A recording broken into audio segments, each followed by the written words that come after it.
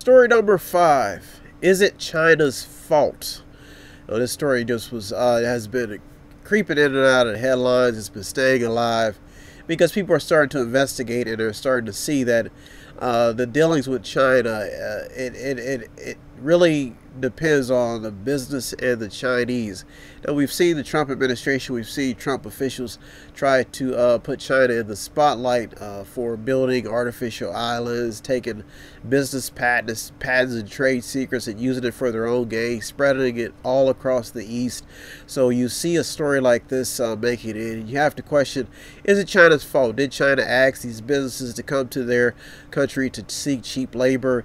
And it really makes you wonder just how the United States will deal even with China's trade policy with the Trump administration.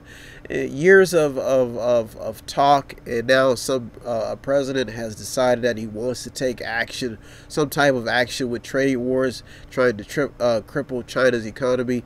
You see communism being making it in some headlines when they're talking about how the NBA has ties with China.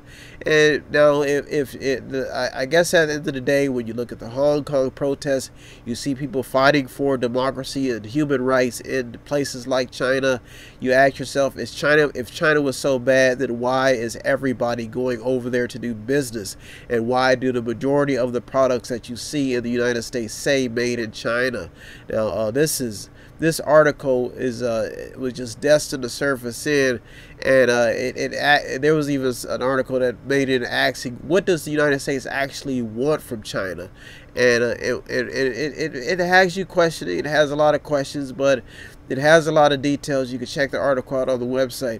It just basically goes in depth to the business dealings, how businesses have gone over to China, how China made it known that to do business here you had to give up your patents, your trade secrets, and now China has basically cornered the market, and they've done it with U.S. technology, and they've built an empire over there, and now they're on the stands. UK lawmakers warn of alarming evidence of China meddling on university campuses.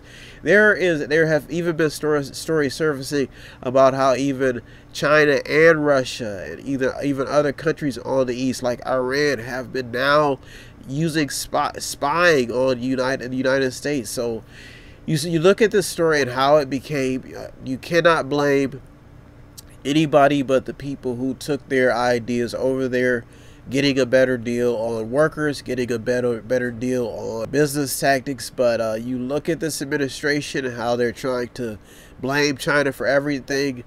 No, it was not all China's fault. These companies decided to go over there, so now this is why this is a big story, and people are starting to investigate. People are starting to wake up on this issue. People are starting to lose faith and trust in many American businesses and many American business models, and it has people wondering. And it's a very, very scary story that really homes in on just what people will do when they have a business model that they want to expand. And if you look at the details, there's some books on this topic. I can't remember the author's name, but there's a book that talks about how China was able to do this. I'll try to put it up on the website when I find it out, but I believe it's in one of the articles on the site. So if you go to the site, look at our Twitter feed, you will see the details in the story. There's a story on there. The article is talking about, it says, what does the United States really want from China? Look at that article and you will see there's some details about a book in there that pretty much talks about how all this went down and how the United States started negotiating with the Chinese, how our business in the United States started negotiating with the Chinese, and how this all started. It talks about the article talks about the artificial islands that they've been building, how they've been able to technically advance their military, drone technology. There's so many things that were based off of United States intellectual property that has somehow gotten into the East culture, and it has exploded. And that's why story number 5. I mean, now they're talking about how they've been able to try to infiltrate electric car technology.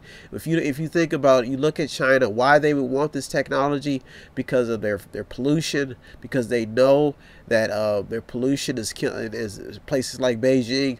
So this is a story that if you go overseas and you see anything that has to do with America, you can see how these businesses were able to expand. That's if you have the resources and the money to get over there to do your own research. But that's why story number 5 crept its way into the top 8, because it shows you that that even some of the businesses that you love have made some deals worldwide, globally, that were not in the better. That if they didn't know that this was going to happen, if they didn't see it coming, then I don't think you can blame China. It may not be their fault. It may be the people who made these decisions, and that's why story number 5 has the ability to stay not only alive, but it almost made us to the top 3, and that's why it's here. You're the mediator, me, Brian Westward. It's my duty every week to give you the top 8 headlines and developing news stories that made it in, so you can do your research, understand the basis of how things happen.